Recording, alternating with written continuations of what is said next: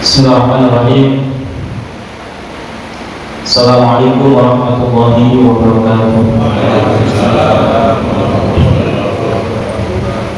Subhanallah walhamdulillah wa la ilaha illallah wallahu akbar wa la hawla wa la quwwata illa billahil aliyyil azim. Adada kulli harfin kutiba bil amini wa bil Subhanaka la ilma lana illa ma 'allamtana innaka antal alimul hakim. Rabbi shrah li sadri wa yassir li amri wahlul 'uqdatam min lisani yafqahu qawli. Bismillah ya ahla darbi wa ya ahla batin wa ya ahla nawbah wa ya ahla nur. Alhamdulillah, kita panjatkan puja serta bersyukur kehadirat Allah Subhanahu wa taala yang mana kita masih diberikan oleh Allah berbagai macam kenikmatan. Dan alhamdulillah kita masih bisa berjumpa kembali pada hari ini, pada malam hari ini. Mudah-mudahan kita semua senantiasa mendapatkan taufik dan hidayah kepada Allah Subhanahu wa taala. Amin. Salawat dan salam telah kita haturkan kepada junjungan alam Nabi kita Nabi Muhammad sallallahu alaihi wasallam, baik kepada keluarganya, kepada para sahabatnya dan juga kepada para pengikutnya. Mudah-mudahan kita semua termasuk pengikut bagi Rasulullah yang akan mendapatkan syafaatnya di yaumul qiyamah. Amin. Hadirin yang maha sholat Habib yang dimuliakan Allah Subhanahu wa taala. Alhamdulillah kita sudah bisa memulai kembali pengajian kita. Mudah-mudahan setelah kita melewati yaitu bulan suci Ramadan, kemudian juga melewati bulan Syawal, sekarang kita sudah memasuki bulan Dzulqa'dah. Kalau kata orang kampung, Dzulqa'dah itu apa bulan? Habib. Ini beberapa apa-apanya. Maka mudah-mudahan nanti kita bertemu lagi dengan bulan Dzulhijjah dan kemudian seterusnya. Mudah-mudahan kita senantiasa diberikan kesehatan oleh Allah Subhanahu wa taala, diberikan umur yang panjang, dan juga mudah-mudahan segala hajat kita, baik itu hajat dunia maupun akhirat, dijabah Allah Subhanahu wa taala. Hadirin dimuliakan Allah, kita melanjutkan kembali pembahasan kita, yaitu masih membahas bab yang ke-10, yaitu mengenai kerinduan. Kerinduan ini rasa yang memuncak, yaitu rasa cinta, rasa mahabbah, rasa yang timbul dikarenakan bertumbuh-tumbuhnya rasa cinta sehingga kemudian menghasilkan kerinduan. Kadang-kadang orang yang merindukan itu ada yang disebut dengan tangisan, ada yang disebut dengan rasa sedih. Jadi ada rasa sedih, ada rasa tangisan. Kadang-kadang ketika orang rindu dengan kampung halamannya, bertujuan kepada mata, rindu dengan anak istrinya, rindu dengan keluarganya, maka kerinduan tersebut atau al-ishq tadi adalah buat daripada bertumbuh-tumbuhnya rasa cinta sehingga kemudian menghasilkan kerinduan. Nah, kerinduan ini terkadang menimbulkan tangisan, di mana tangisan-tangisan yang kita hasilkan pun berbeda-beda. Ada orang yang disebut dengan tangisan itu karena mempunyai rasa takut atau disebut dengan bukaul khaufi. Jadi ada tangisan karena rasa takut. Ada orang nangis karena takutan, takut penjara, takut misalkan dibunuh, takut misalkan diancam, itu ketakutan, nangis ya. Nah, tapi ada juga yang disebut dengan tangisan para nabi, tangisan para orang soleh itu ada tangisan bukan terus, tangisan karena rasa takut, tapi takut itu kepada Allah Subhanahu wa taala. Kalau kita biasa nangis itu karena urusan-urusan duniawi, takut ditinggal istri, takut ditinggal kerjaan, takut ditinggal apa-apa, maka nangis.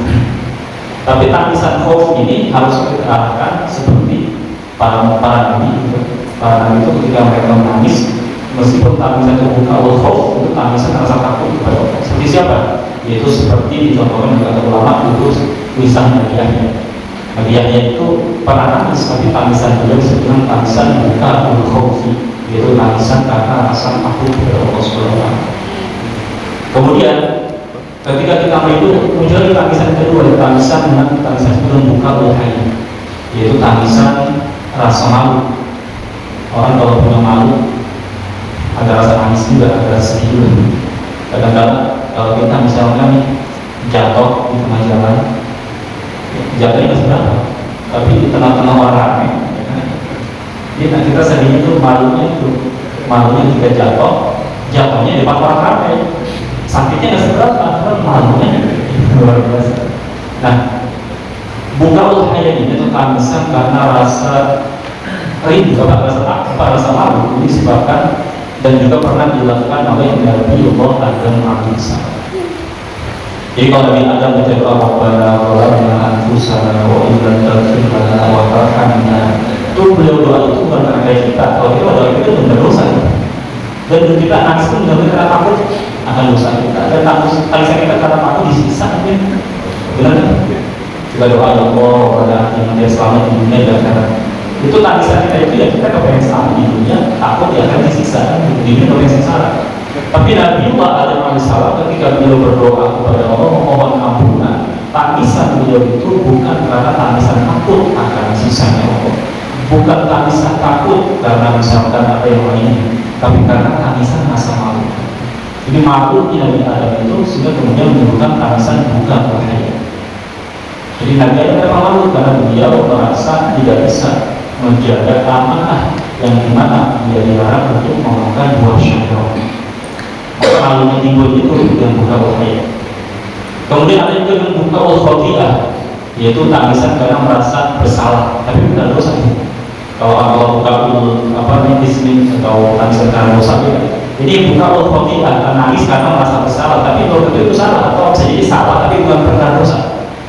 Kayak kita misalkan melakukan suatu hal yang keliru, misalkan menyikapi tentang atau berlaku terhadap seorang mungkin rasanya kok saya begini ya melakukan begini, itu namanya merasa salah, tapi bukan dosa, tapi ada istilahnya ya salahnya itu yang tidak pas. Nah, buka khoti'ah ini juga pernah dilakukan oleh Nabi Daud alaihissalam. Kapan itu beliau? Itu ketika beliau melihat yang namanya itu cacing. Ini enggak cacing. Beliau baca kitab ya, kalau beliau kitab Zabur. Nabi Daud baca kitab Zabur itu kalau beliau baca itu burung yang kering, saking merdu suaranya. Kalau kita bukan ya, baca Qurannya bagus, kadang baca Qurannya kurang bagus, malah kadang lebih kencang lebih bagus. Akhirnya orang mulai berbisikan, tapi nggak apa-apa sih itu Quran. Cuman paling bagus adalah kita baca dengan suara merdu. Nah, Nabi Daud ketika lagi baca Zabur, tahu-tahu dia caci warna merah. Nah, itu situ tuh. Orang itu kalau misalkan merasa sedang berbuat baik atau punya kedudukan, kadang-kadang suka timbul merasa meremehkan orang. Bapak misalkan lagi tahajud, itu biasa timbul di hati. Masya Allah, saya tahajud, istri saya juga tahajud, karena saya tahajud, mertua saya tahajud. Sedikit ada tuh. Saya udah Ustaz, tapi di hati mana ada gitu. Ada gitu. Cuma beda dari belakang. Ketika kita merasa lebih baik bisa bangun tengah malam dibanding orang itu udah perasaan tidak ada. Orang lain yang tidur, kita bangun tahajud itu langsung muncul di hati, perasaan berbeda. Nah, Nabi Daud ketika lihat cacing, beliau berkata dalam hatinya, ya Allah, ini cacing buat apa sih kita ini? Manfaatnya apa? Buat apa cacing diciptakan? Seakan-akan kita membandingkan dengan dirinya. Kalau manusia kita kan tahu, bisa baca kitab Zabur, bisa baca cacing, buat apa diciptakan? Ternyata kemudian Allah menjadikan cacing tadi berbicara, dan kemudian itu ternyata cacing tadi setiap hari baca tasbih, kalau malam baca sholawat, itu sampai ribuan kali. Sehingga kemudian kata cacing dia wahai Nabi Daud, Allah itu mengilhamkan kepada tiap hari baca tasbih, kalau malam baca sholawat. Dan kalau engkau itu apa yang bisa saya ambil dari engkau manfaat yang meremehkan saya?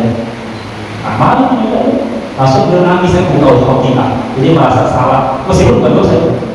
Ya, tapi kalau kita lihat dosa, bagi kita Nabi nggak ada dosa, karena mungkin dengan cerita itu kita dapat hikmah. Gitu. Makanya kalau Nabi misalkan lupa, itu pasti ada hikmahnya. Nabi Muhammad saya lupa ada sujud, lupa ketinggalan sholat rakaat kurang, sujud sahwi muncul. Jadi tidak ada yang dari Nabi itu kesalahan, karena Nabi itu pasti melahirkan suatu hikmah. Entah itu kelihatannya secara zahir suatu hal yang misalkan keliru bagi kita, tapi tidak menurut Allah, karena Nabi itu pasti punya pelajaran. Kemudian ada juga yang diduga ulfak, yaitu tamisan kehilangan seperti tamisan Nabi Yakub ketika beliau kehilangan itu Nabi Yusuf. Yusuf ya, benar ya, Nabi Yusuf. Jadi beliau merasa kehilangan air nangis, sampai nangisnya itu menjadikan beliau itu buta. Dia nangis terus-menerus, berbahaya ya. Apakah benar secara medis nggak tahu ya. Orang nangis terus sampai mati kontak ya, menurut kebutaan. Nah ini tidak. Kemudian buka ulhaibah, meskipun cerita ini termasuk ulama menyanggah, artinya nggak mungkin Nabi itu yang penyakit seperti itu. Ada yang mengatakan bahwa Nabi Yakub itu bukan buta, tapi itu tertutup matanya oleh kelopak, makanya itu bukan buta. Sehingga buat para nabi itu kalau sakit, cerita atau ada nabi yang kemudian sakit parah yang sampai kalau sholat katanya cacing dilepas itu cerita juga menurut ulama sebagian itu Israiliyah, tapi cerita itu tidak benar sebagian. Kenapa? Karena tidak mungkin bagi seorang nabi punya penyakit yang menjijikan, nggak mungkin. Tapi cerita itu juga kadang masyhur ya, di kitab-kitab ulama juga, sehingga kemudian nanti ulama menjelaskan bahwa cerita itu termasuk Israiliyah, apa artinya dibenarkan yang mesti, disalahkan yang mesti. Jadi buat cerita aja. Karena biasanya kalau nabi itu nggak akan punya penyakit yang menjijikan. Ada cerita lagi dalam kitab pada seorang pelacur yang tobat, kemudian dia melahirkan 7 nabi. Itu pun termasuk kisah-kisah Israiliyah. Meskipun ada kita, tapi bukan berarti salah, enggak. Artinya kita cerita itu bisa kita ambil hikmahnya, tapi tidak bisa kita jadikan mutlak kebenaran. Banyak kisah-kisah Israiliyah. Kadang-kadang masuk ke tafsir juga, misalnya tentang malaikat yang digantung sampai hari kiamat, itu tapi selalu dia siapa itu Harut, ceritanya begitu ya, benar gimana? Itu banyak kisah-kisahnya. Nah kemudian buka ulhaibah, yaitu tamisan ketika memandang kebesaran Allah. Ini adalah tamisan sa'irul anbiya, seluruh para nabi. Jadi kalau nabi seluruhnya itu punya buka ulhaibah. Kalau tamis itu karena memandang keagungan dan kebesaran Allah. Ada buka usyauqi, yaitu tamisan karena rasa rindu. Ini Nabi Syuaib. Jadi tamisan itu banyak. Ada buka ul-ain, ada tamisan buka ul-qalbi, buka ul-siri dan sebagainya. Nah kita ini masuknya tamisan apa? Kira-kira kita tidak paham masalah ibadah soal tangisan apa kira-kira? Masuknya tamisan buka dunia, tamisan buka bisa, buka umal. Gara-gara dihina sama orang, kita nangis di buka hujan, dan nangis karena pengen dihormati. Kalau kita nangis gara-gara punya duit, itu buka umal. Nangis gara-gara duit. Jadi jauh. Tapi mudah-mudahan kita lihat cita-cita para nabi, para awliya, sedikit mah kita kecipratan tangisan kita meskipun karena dunia, mudah-mudahan sedikitnya akhirat. Kalau sifat hinaku, ya Allah pengen jadi orang mulia, jangan doa begini, ya Allah pengen jadi hina, nggak usah. Mau apa? Udah hina kan? Ya Allah pengen jadi orang dimuliakan, boleh. Dengan syarat tujuannya adalah bukan untuk berbangga-bangga, tapi untuk apa? Misalkan kalau kita jadi orang mulia, misalnya kita bisa amar ma'ruf nahi munkar. Sekarang misalnya ada seorang ahli ilmu, seorang ulama itu, tapi nggak punya kedudukan, nggak punya harta, kira-kira orang boleh dengar? Tergantung. Kalau udah karismatik, iya. Kalau belum karismatik, dia di kampung ini nasihatin orang, nasihat urusan kere gitu. Ya itu memang itu keadaannya. Ketika misalkan ada seorang alim bawa kendaraan bagus, sama orang alim bawa mobil, sama orang alim bawa sepeda, itu penghormatannya berbeda. Karena itu dunia bagi jamaahnya, bagi umat Makanya sampai-sampai Imam Abu Hanifah itu suka memberikan nasihat sama santri-santrinya. Jadi kalau nasihatnya begini, kata beliau, wahai santri, pakailah baju yang indah. Kalau perlu, kalau kan ada istilah baju gamis itu semakin besar itu semakin mulia. Jadi kalau kita pakai baju pakai gamis, kemudian pakai bergaya kayak sufi itu mulia. Sampai begitu. Kenapa? Karena ilmu itu gak akan dihargai kalau begitu. Sampai begitu. Memang terkadang ya harus begitu juga. Makanya Imam Malik rahimahullah, kalau beliau ngajar itu nggak pernah yang umar. rapi, bersih, wangi. Sampai-sampai ada seorang yang ngaku ahli sufi. Jadi di zaman itu ada juga al-mutasawwif dan jahilun, itu orang-orang ahli sufi tapi bodoh. Orang pada kalau itu ibadah, orang yang kerja suruh ibadah. Dia pada kerja tuh, kita ngaji aja itu sufi bodoh kan. Artinya ada waktu kita ngaji atau kita kerja. Orang lagi antar-antar kerja disuruh ikut dia, kita ibadah, kita ziarah kamu, nggak boleh. Kita harus tahu waktu-waktunya.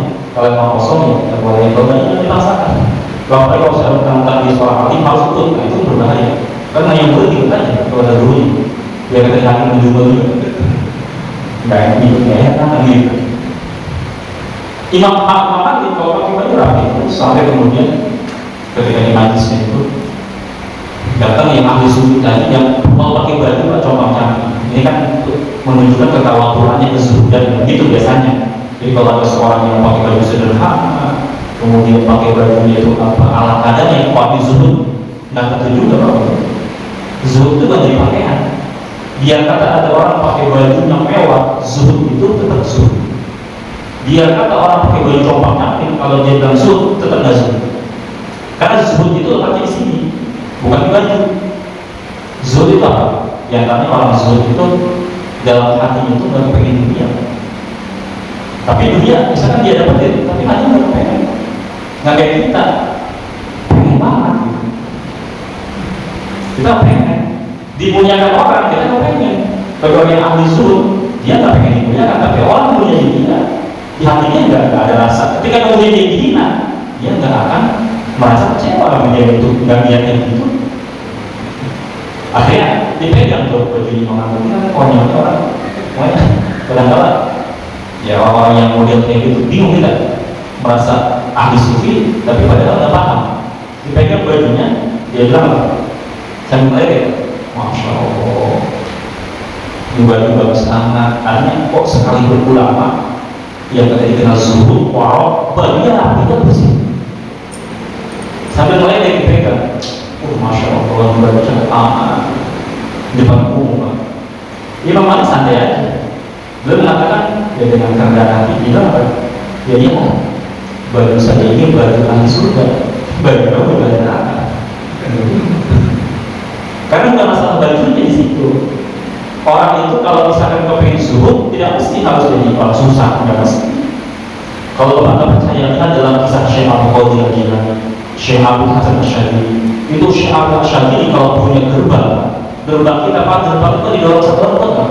Ya, pagar kita dari bambu atau dari besi. Imam Syekh Al-Hasan Asy'ari punya gerbang itu didorong sampai bisa beberapa orang, sampai beratnya pagar. Belum budak piaraannya. Jadi jangan kira Syekh Abu Qadir itu orang marah, orang semuanya kelihatannya duniawinya, tapi di hati mereka itu mudah melepaskan itu. Kita mudah. Ada orang datang ke Syekh Abu Asy'ari ya Syekh Hasan, yaitu terompaknya ke tangan. Terompaknya Pak, itu ada intan. Itu kalau saya dikasih harganya udah bukan 100 juta ya, yang itu. Itu mau kita doang, paham ulama itu nggak kita dunia masalahnya.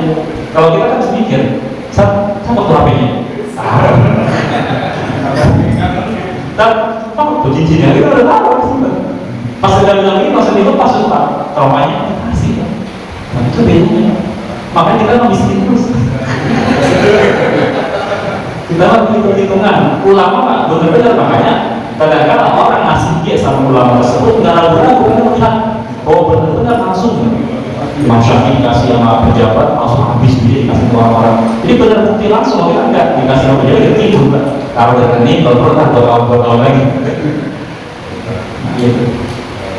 Jadi zuhud atau tidaknya itu, ria atau tidaknya itu semua terletak di hati. Kita nggak bisa tuh menilai orang, cuma kita hanya bisa memahami bahwa orang yang senang ria itu begitu itu, misalnya dia selalu nampakkan itu pun belum tentu ya. Kadang-kadang ada orang misalkan kelihatannya kayak sombong, jualan itu tantang petenteng, kayak kita orang sombong, kalau dia sombong santun misalnya gitu. Kan kita cuma lihat sekilas ada orang lewat mungkin Ya kan, kita lihat orang sombong amat sih. Padahal belum tentu sombong kan. Ada seorang ulama bernama Al-Hakim Syekh Abi Bakar bin Sa'id radhiyallahu anhu. Kalau kita sering tahu itu kan Syekh Abdul Qadir. Kalau Syekh Hasan itu biasanya tahu pembicaraan apa itu Syekh Abdul Qadir itu Syekh apa Syekh. Jadi Syekh Abdul Hasan itu punya gelar Fakhrul Wujud. Fakhr itu apa sebenarnya? Kayak orang ngebangga. Kalau kita dengar kata Nabi, ada sayyidul dia wal fakhr. Aku ini adalah pemburunya para nabi. Saya ini pimpinan para nabi. Nabi ketika ngomong begitu sama kalian, jangan kenapa saya ini pimpinan para nabi. Kalau kita bilang sombong amat, berarti kata Nabi wal fakhr, aku nggak sombong. Memang itu kenyataannya. Kadang ada orang yang memang nyatanya gitu, ada orang aku saya alim, memang dia alim, bukan dia sombong. Beda sama orang yang ibaratnya yang berapa, tapi kalau orang tepat yang mencontoh dia orang kaya, gaya kayak orang kaya, itu wajar dia orang kaya. Tapi kalau orang miskin kayak orang kaya, itu nggak wajar. Itu Habib Abi Bakar bin Sa'id ketika beliau jalan dalam sebuah riwayat itu nggak pernah yang namanya nunduk. Ya kita harus tahu, para ulama macam berbeda. Jadi jangan cuma lihat ulama itu, misalkan orang itu yang sopan, yang mundur, itu ulama, tapi yang ada penting gak ulama. Itu kalau dia tegak ke atas sana. Kalau zaman sekarang orang kulit, sombong banget, kalau mengikuti banyak, gitu. Itu fakhrul wujud namanya. Kadang ada orang yang memang, ya istilahnya memang dia memang berhak untuk seperti itu, dan memang itu bukan nggak punya rasa sombong, nggak ada. Yang karakteristiknya nih, kita aja yang kadang-kadang nggak punya kedudukan seperti itu, kita sombong, kita iri, ya kita apa? Nggak itu sombong. Contoh kalau kita tanya sawi, ada seorang kiai, ini seorang kiai. Ini kiai kalau misalnya dia lagi ngajar, selesai ngajar, kemudian kalau kita salam, ini nggak salah apa? Kaki cium. Ini ulama kiai, bukan dunia Rasulullah, kiai. Kalau ulama bisa mengetahui.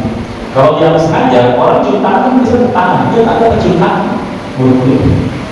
Jadi kita perlu sawi karena tadi zen itu cium tangan, ya cium tangan. Kira-kira sombong nggak? Sombong banget tuh. Ya, sombong banget kalau kita kan. Cium tangan dari mengajar itu kaki gitu. Di saat seperti itu ada seorang sayyid atau seorang habib atau seorang nabi Rasulullah melihat dengan nada marah, dia bilang kamu ini gitu, dan kita nih kamu ini nggak pantas seperti itu. Kamu itu apa siapa yang pengen cium kaki seperti itu? Saya loh nabi Rasulullah, saya loh abadi. Saya yang kayak begitu, kamu siapa? Ini kan timbul. Ketika ada yang dihormati, dia yang dihormati, punya nasab mulia, tapi yang nggak punya dihormati, begini. Apa dia bilang ulama tadi? Jauh sederhananya. Ketika ulama itu pak kadang-kadang ketika tangannya itu dicium, itu nggak punya rasa takut. Kadang-kadang ada orang misalnya diciumkan tangan, itu sudah biasa. Diciumkan, pasti ditarik. Itu masih dari bagi orang tersebut. Kenapa? Karena kalau kita contoh para ulama-ulama kayak Habib Al-Habis, itu kalau tangan dicium berapa itu gimana? Nggak ada kali-kali biasa. Sampai misalkan kiai sekali di Indonesia, ya kan, ketua ormas terbesar di tangan itu hanya itu, kan bisa aja kita. Kenapa begitu? Memang dalam hatinya nggak ada rasa sombong, nggak ada rasa pengen dipuji. Ya itu semua karena rahmatnya, rasa sayangnya, rasa yang biasa-biasa aja. Dan kalau kita terus lagi, kita waktu itu poinnya ada, belum tentu juga karena tidak juga kita. Nah singkatnya apa? Kata si ulama tadi yang dibilang nggak pantas atau sombong, jauh mudah sekali. Kata dia, aku ini dimuliakan oleh orang-orang Islam, oleh jamaah, karena aku ini ngikutin ajaran siapa? Nabi Muhammad SAW. Kamu gak dimuliakan? Dan kamu ngikutin nabi saya. Paham? Saya dihormati kan itu nabi kamu ngikutin apa yang ajarkan Nabi Muhammad. Ketika Nabi Muhammad aja, Nabi Muhammad itu ketika beliau lagi apa namanya di jalan dikerubutin sama sahabat, ada orang tarik sampai lehernya itu kecekek. Gak sejarah. Nabi nggak marah, nggak marah sama sekali.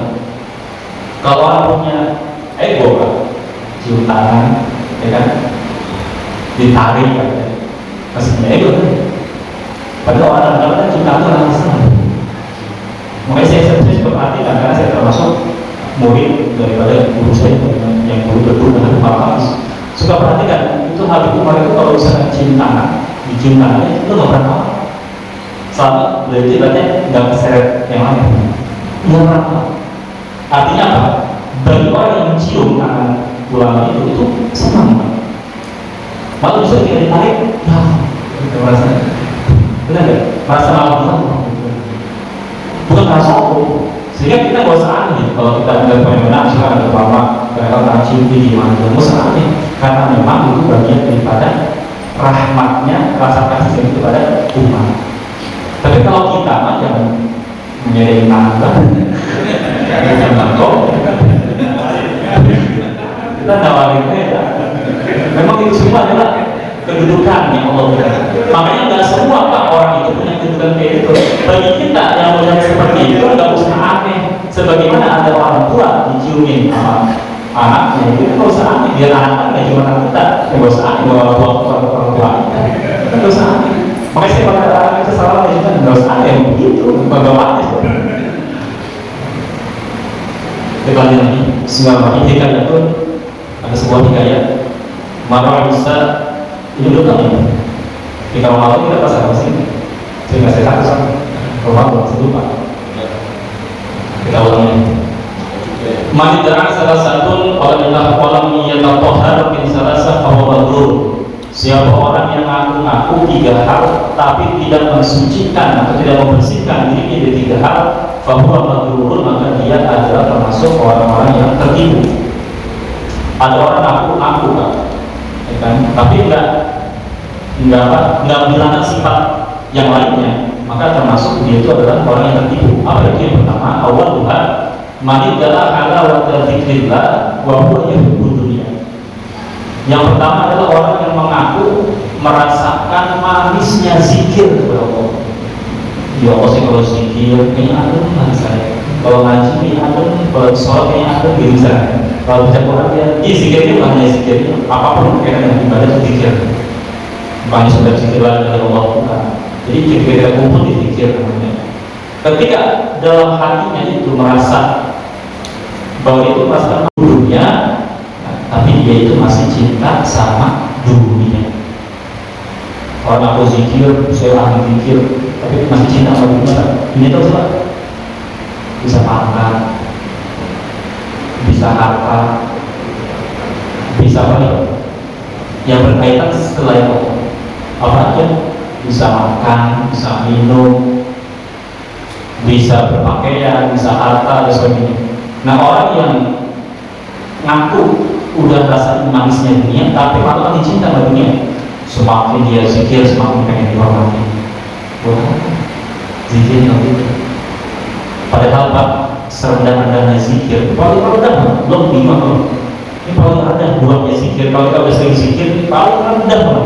Itu tidak cinta dunia, paling rendah. Bukan paling tinggi Pak. Jadi kalau ada orang makin zikir, masih merasa pengen dihormati orang. Punya zikir kencang, makin kencang dihormati orang, pengen kencang dunia, pengen kencang, berarti masih tertipu. Jadi nggak ada ngaku lah. Saya udah tenang pusat kalau zikir udah indah banget. Tapi kalau misalkan nggak dihormati orang, marahnya luar biasa. Saya Pak Ustaz pokoknya udah merasa enak kalau zikir, buat baca waktu terus. Tapi kalau saya nggak ada pusing juga. Manusiawi selama tidak sampai berlebihan. Kan tidak dunia kan ada orang yang berdoa karena dia alim, karena dia ahli ibadah, karena dia merasa punya kedudukan. Ketika orang tidak menghormati, tidur jawab itu dia dunia. Jadi dunia itu artinya akal. Kadang-kadang penyakit ulama kepengen punya pengikut banyak. Makanya kadang-kadang di hati kalau muncul gitu ya Allah, cuma mikir itu kalau pengikut banyak yang mengikuti berkat segini aja kalau itu Pak banyak banget coba.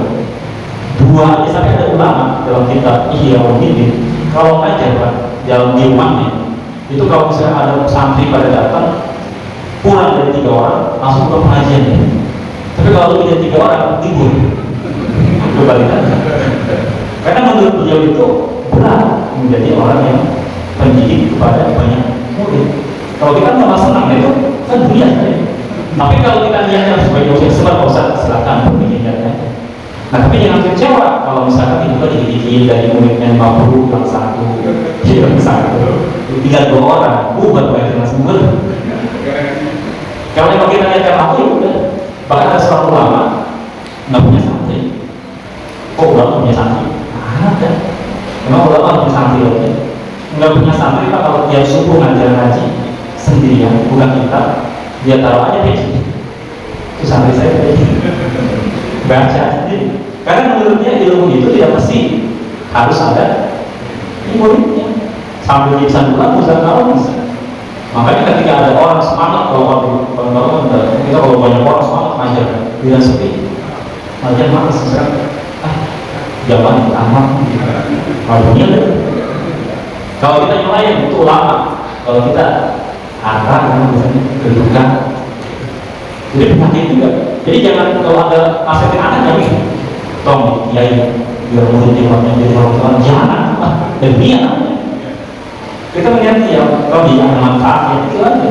Masalah dia nanti punya murid, punya pesantren, punya apa itu udah takdir.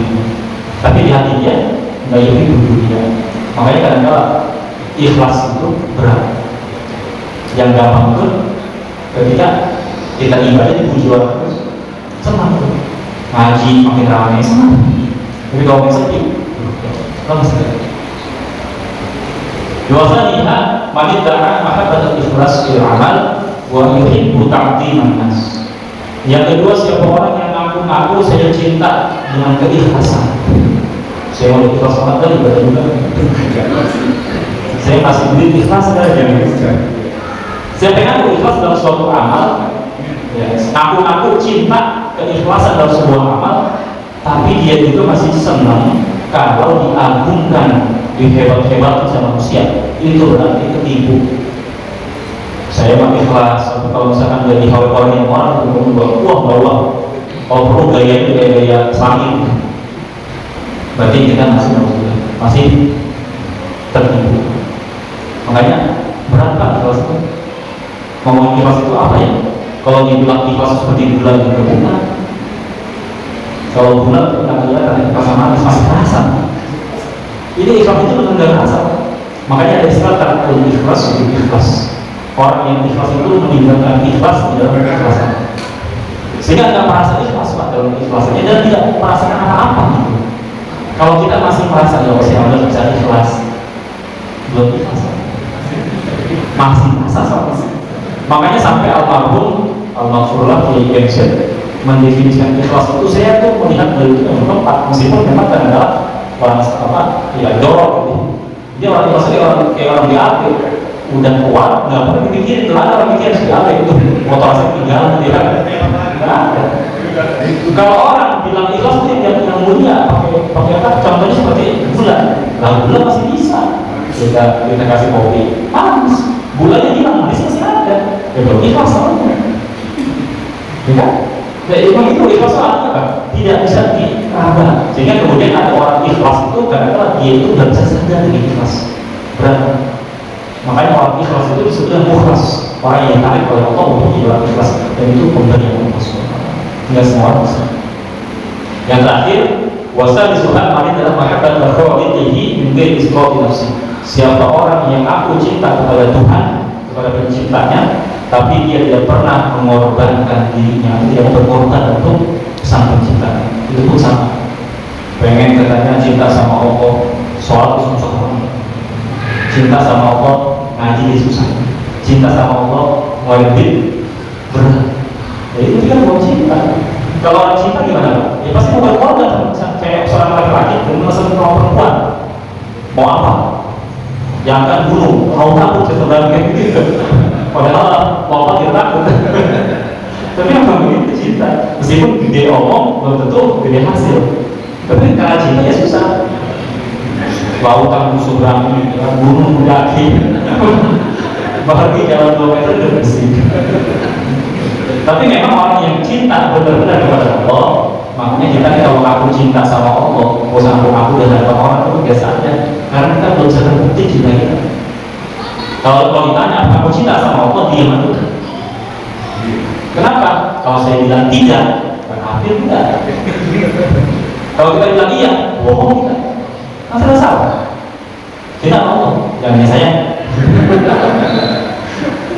Allah bersuara, mudah-mudahan Allah Subhanahu wa Ta'ala memberikan kita semua pada malam hari ini pembahasan tentang keikhlasan. Mudah-mudahan kita semua ikhlas dalam setiap amal ibadah kita, menjauhkan dari sifat-sifat riya, sifat ujub, sifat sum'ah dan sebagainya, sehingga kita benar-benar beribadah lillah karena Allah Subhanahu wa Ta'ala. Al-Fatihah.